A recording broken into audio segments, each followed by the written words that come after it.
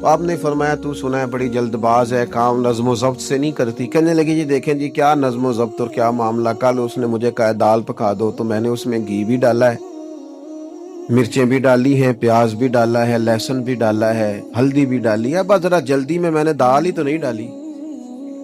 اب یہ کو مارنے والی بات ہے، ہر شے ہے ایک شے ہی نہیں۔ ہمارے ہاں بہت سارے لوگ ایسے ہیں جو جلدی میں اصل کو ہی بھول جاتے، وہ کہتے ہیں باقی میں نے سارے کیے، کوئی رہ تو نہیں نہ گیا، سارے کیے ایک ہی نہیں نہ کیا، او بھائی جو اصل تھا وہ تو رہ گیا۔ نظم و ضبط، قاعدہ، قانون، جب تک ہمارے اپنے اندر، میں دوستوں سے کہہ رہا تھا پھر کہتا ہوں، میرے اسا فرمایا کرتے تھے جو والد تہجد نہ پڑھے اس کے بچے فجر نہیں پڑھتے۔ والد کو جب تک وہ سحری میں سجدہ ریز نہیں دیکھیں گے اتنی دیر تک آپ ان سے 1.5-2 گھنٹے پہلے اٹھیں گے تو پھر وہ اٹھیں گے۔ لیکن اگر کہا جائے کہ پتر میں تھکیا تو تو مسیتے جا، تو یہ ہو سکتا نہیں کہ وہ جائے، کیونکہ ہماری زندگی سے نظم و ضبط بچے سیکھیں گے، ہمارے ماحول سے وہ محنت کو، مشقت کو، کوشش کو وہ سیکھیں گے۔ اگر ہم اپنے ماحول میں نظم و ضبط نہیں لائیں گے تو آنے والی نسل کے اندر نظم و ضبط منتقل ہو سکتا، تو اس کے منتقل کرنے کے لیے ضروری ہے کہ پہلے ہماری زندگی کے اندر نظم و ضبط۔ آپ دیکھیں شریعت اسلامیہ نے ہر کام کا نظم و ضبط بنایا ہے۔ نماز اللہ کی عبادت ہے نا، بستر سے اٹھ کر سیدھا مسجد میں آ کے جہاں آپ کا جی چاہے نماز پڑھنے کی اجازت نہیں ہے۔ آپ اٹھیں، آپ کا لباس پاک ہونا چاہیے، آپ نے وضو کیا ہوا ہو، آپ کو سمت قبلہ کا پتہ ہو، آپ کا منہ کعبہ شریف کی طرف ہو، جس جگہ آپ نے نماز پڑھنی ہے وہ جگہ پاک ہو، آپ کا لباس پاک ہو، وقت کا تعین ہو، نماز کے آداب آپ کو آتے ہوں، آپ بیت اللہ شریف کی طرف رخ کریں گے، کانوں تک ہاتھ اٹھائیں گے، آپ ان ہاتھوں کو منظم طریقے سے باندھیں گے، وقت پر رکوع کریں گے، رکوع میں کمر سیدھی ہونی چاہیے۔ آپ رکوع سے اٹھیں گے تو ایسے نہیں کہ کوئی بات نہیں اللہ قبول کر لے گا، جب تک آپ کی کمر پوری ٹھیک نہیں ہوتی رکوع سے اٹھتے وقت آپ کی نماز مکمل نہیں ہوتی۔ آپ سجدے میں جائیں گے تو پیشانی جمنی چاہیے، ناک جمنی چاہیے، آپ کے پاؤں کی انگلیاں زمین پر لگنی چاہیے۔ آپ جب تک پوری ترتیب سے نماز نہیں پڑھتے، رب کی عبادت ہے نا، کریم بھی بڑا ہے نا، مہربان بھی بڑا ہے نا، غفور بھی بڑا ہے، لیکن اگر مرتب طریقے سے نہ پڑھو تو وہ تو نماز قبول نہیں کرتا۔ نبی پاک صلی اللہ تعالی علیہ وسلم کے سامنے آ کے ایک شخص نے نماز پڑھی، عبادت کی ہے، آیا ہے، جھکا ہے، لیکن عبادت بھی بے ترتیب بھی نہیں، بے ڈھنگی نہیں، غیر مرتب نہیں، غیر منظم نہیں، ایسے نہیں کہ جیسے مرضی کر لی۔ اس نے آ کے نماز پڑھی تو حضور نے اس کو دیکھا اور نبی پاک علیہ السلام نے فرمایا تیری نماز نہیں ہوئی، دوبارہ پڑھ۔ اس نے دوبارہ پڑھی۔ یہاں تو لوگ ناراض ہو جاتے ہیں۔ ایک دفعہ طالب علمی کی بات ہے، میں ایک جگہ نماز کے لیے وضو کر رہا تھا تو ایک صاحب نے وضو کیا، بڑی جلدی میں آئے اور جلدی میں وضو کیا تو ان کا ایک ٹخنا خشک رہ گیا۔ تو میں نے ان کی خدمت میں بڑی، چونکہ بزرگ تھے، بڑے تھے مجھ سے، میں نے بڑی عرض کی، میں نے کہا وہ آپ کو خیال نہیں رہا، آپ کا ٹخنا خشک ہے۔ وہ کہتے ہیں مولوی وہ لنگن نہ دیا آجے، دیکھیں کو لنگ نہ جائے تو سب قبول کرنی کہ اللہ نے۔ میں نے ان سے کہا آپ کیا کام کرتے ہیں؟ کہنے لگا میں کپڑا بیچتا ہوں۔ تو میں نے کہا اگر آپ کا 1000 روپے والا گاز کپڑا ہو تو کوئی شخص کہ کوئی عرض نہیں، چل مہربانی کر 300 کا دے دیتے ہو؟ کہنے لگا نہیں جی ترتیب سے ہی بات چلے گی۔ تو میں نے کہا یہ بھی ذرا ترتیب سے ہی چلے گی، اللہ نے کہا ہے کہ اس طرح کر کے پڑھو تو پھر میں قبول کروں گا۔ تو اگر وہ رستہ ہی آپ نے اختیار نہیں کیا، نبی پاک علیہ السلام کے سامنے اس نے نماز پڑھی، حضور کے سامنے، نبی پاک رحمت للعالمین ہے نا، حضور سے زیادہ کو پیار کرنے والا تو نہیں نا۔ نبی پاک نے تو نہیں فرمایا چل میرے سامنے پڑھی یا تیری قبول ہی قبول ہے، حضور نے فرمایا تیری نماز نہیں ہوئی، دوبارہ پڑھ۔ اس نے دوبارہ پڑھی، حضور نے فرمایا تیری نماز نہیں ہوئی، دوبارہ پڑھ۔ اس نے 12 پڑھی، 3 دفعہ پڑھی، پھر حضور کی بارگاہ میں آیا تو نبی پاک علیہ السلام نے فرمایا جب تو رکوع کرے تو صحیح کر کے رکوع کر، جب تو سجدہ کرے تو صحیح کر کے سجدہ کر، اور جب تو قیام میں کھڑا ہو تو ایک منظم طریقے سے کھڑا ہو۔ فرمایا اس اعتدال، اس نظم و ضبط سے، اس ترتیب سے نماز پڑھ، امید ہے خدا کے فضل پر کہ وہ تیری عبادت کو قبول فرمائے گا۔ نظم و ضبط ہی نہیں ہے۔ رمضان شریف کا روزہ، بڑا مہربان ہے نا اللہ، اپنے بندوں کو کسی قسم کی کسی مشقت میں مالک ڈالتا نہیں، لا یکلف اللہ نفسا الا وسعها، لیکن آپ یہ نہیں کہہ سکتے کہ میری آنکھ چونکہ صبح 9 بجے کھلی ہے تو مجھے تھوڑی شریعت گنجائش دے دے کہ میں تھوڑی سی روٹی کھا لوں پھر نہیں کھاؤں گا مغرب تک، یہ گنجائش نہیں ملے گی۔ نظم و ضبط ہے، ترتیب ہے، اس کا قاعدہ ہے، اس کے اصول ہے، اس کا ضابطہ ہے۔ سحری میں اٹھیں گے آپ، اگر آپ کی آنکھ نہیں کھلی ہے تو آپ کی اجازت چلی گئی، وقت ختم ہو گیا۔ آپ بے ترتیب ہوئے، آپ غافل ہوئے، آپ نے کیوں لمبی نیند کی، آپ کیوں وقت پہ نہیں اٹھے؟ زکوٰۃ ہے، آپ کو ٹائم دیا گیا ہے کہ اضافی رقم آپ کے پاس ہو، آپ کے اخراجات سے زیادہ ہو، کس منظم طریقے سے زکوٰۃ فرض کی گئی ہے، اور یہ وہ نظم و ضبط ہے جس سے بندے کو تکلیف نہیں ہوتی۔ یعنی آپ کی ضروریات سے زیادہ مال ہو، اس مال کی قیمت 7.5 تولے سونے کے برابر یا 52.5 تولے چاندی تک پہنچ جائے، پھر وہ کل پہنچی ہے تو آج زکوٰۃ فرض نہیں، اس پر سال گزر جائے، پھر بھی وہ سارا نہیں دینا، اس میں سے 2.5% دینا۔ نظم و ضبط سے اللہ تعالیٰ نے توفیق دی نا جب بیت اللہ شریف کا حج کرنے کی، تو میں واپس آیا تو مجھے ایک طالب علم نے پوچھا، اس نے کہا کہ اس کا خیال تھا کیونکہ اللہ کے فضل سے ہم خانقاہی لوگ ہیں تو بعض لوگوں کا خیال ہوتا ہے کہ شاید کوئی بہت انوکھی بات اور انفرادی بات ملے گی، تو خانقاہ شریف میں یا طریقت میں یا اہل تصوف میں باتیں انوکھی نہیں ہیں، باتیں روٹین کی ہیں، بس وہ یہ کہتے ہیں کہ ذرا ان کو درد سے ان پر عمل کرو، اپنے دل میں اس کا نفاذ کرو، روح میں اتارو۔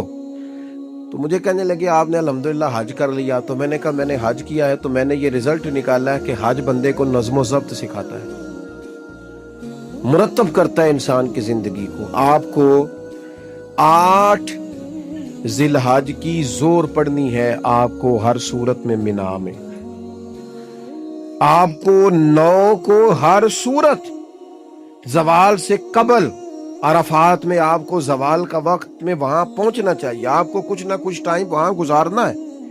ایک منظم ترتیب ہے کہ مغرب کے وقت نکل آؤ، وہاں آپ نے نماز نہیں پڑھنی، آپ آ کے عرفات سے نکلیں، مغرب عشاء کی نمازیں مزدلفہ میں پڑھیں۔ آپ کو 10 کی صبح کو جا کے کنکر مارنے ہیں، آپ یہ نہیں کہہ سکتے کہ میں جناب 2 دن پہلے یہ کام ختم کر لوں، مقررہ ٹائم پہ۔ جو 9 ذی الحج کو میدان عرفات میں نہیں جائے گا اس کا حج ہو سکتا، کیونکہ یہ ایک نظم و ضبط ہے، دین نے قاعدہ بنایا ہے، قاعدے کے بغیر آپ یہ کام کر سکتے؟ میں مصروف ہوں جی، مجھے سفر کرنا ہے، میں نے قربانی کرنی ہے تو 10 کو نہیں کر سکتا، میں 8 کو کر کے چلا جاؤں تو جاؤ، اللہ قبول ہی نہیں کرتا۔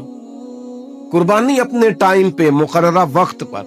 نظم و ضبط پوری عبادات اسلامیہ میں آپ دیکھ لیں، نظم و ضبط ہے، اصول ہے، قاعدہ ضابطہ ہے۔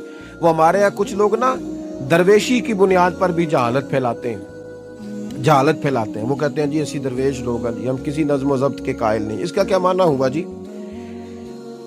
وہ درویش تو تنظیمیں نہیں چلاتے، تو درویش کیا چلاتے ہیں؟ جہالت چلاتے ہیں۔ درویش ہی تو تنظیم چلا سکتا ہے، درویش ہی تو ادارہ چلا سکتا ہے، درویش ہی تو ایک منظم سلسلہ تعلیم آگے لے جا سکتا ہے، چونکہ اس کی زندگی میں نظم و ضبط ہوتا ہے، اس کی زندگی ایک پورے قاعدے کے مطابق مرتب ہوتی ہے، اس کی زندگی میں ٹائم ٹیبل پوری ترتیب سے ہوتا ہے۔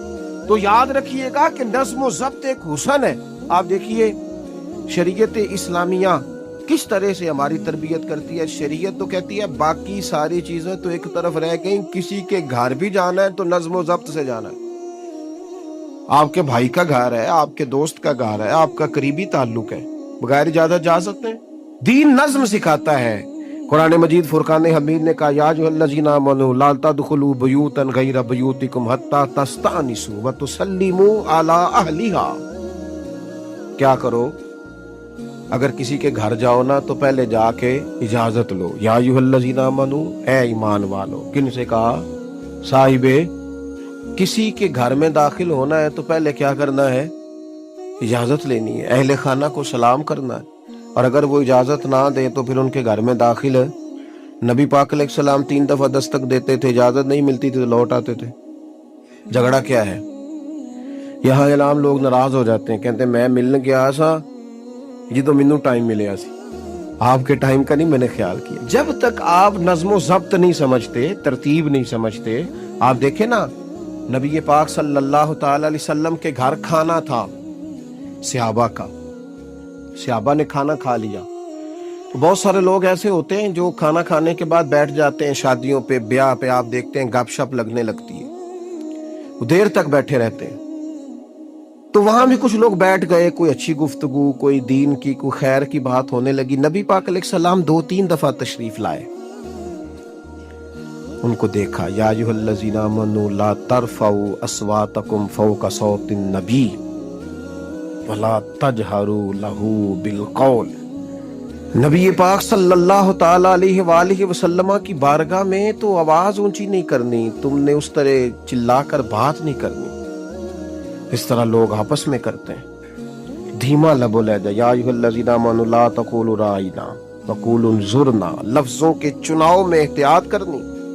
اور دیر تک بیٹھے رہے, بات چیت ہو رہی ہے. حضور 2-1 دفعہ آئے, واپس چلے گئے. اللہ تعالیٰ نے قرآن نازل کر دیا, فرمایا میرے محبوب کو تکلیف دیتے ہو, جب کھانا کھا چکو تو اٹھو, اب جاؤ, ختم ہو گئی دعوت, ٹائم مکمل ہوا, آپ کوئی کام کرنے دو.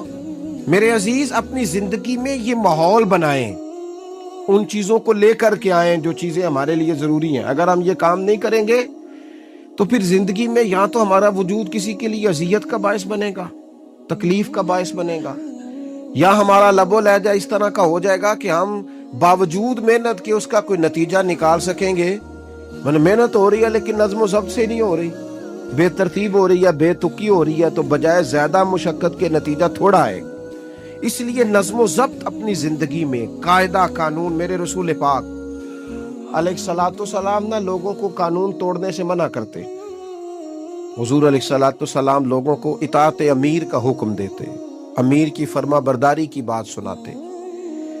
فرماتے اگر تمہارے اوپر نک کٹا حبشی غلام بھی امیر بنا دیا جائے جو کتاب اللہ کے مطابق تمہیں حکم دے, تو اللہ کے محبوب فرماتے ہیں اس کی بات بھی سننا اور اس کی فرما برداری بھی کرنا, پیچھے نہ ہٹنا.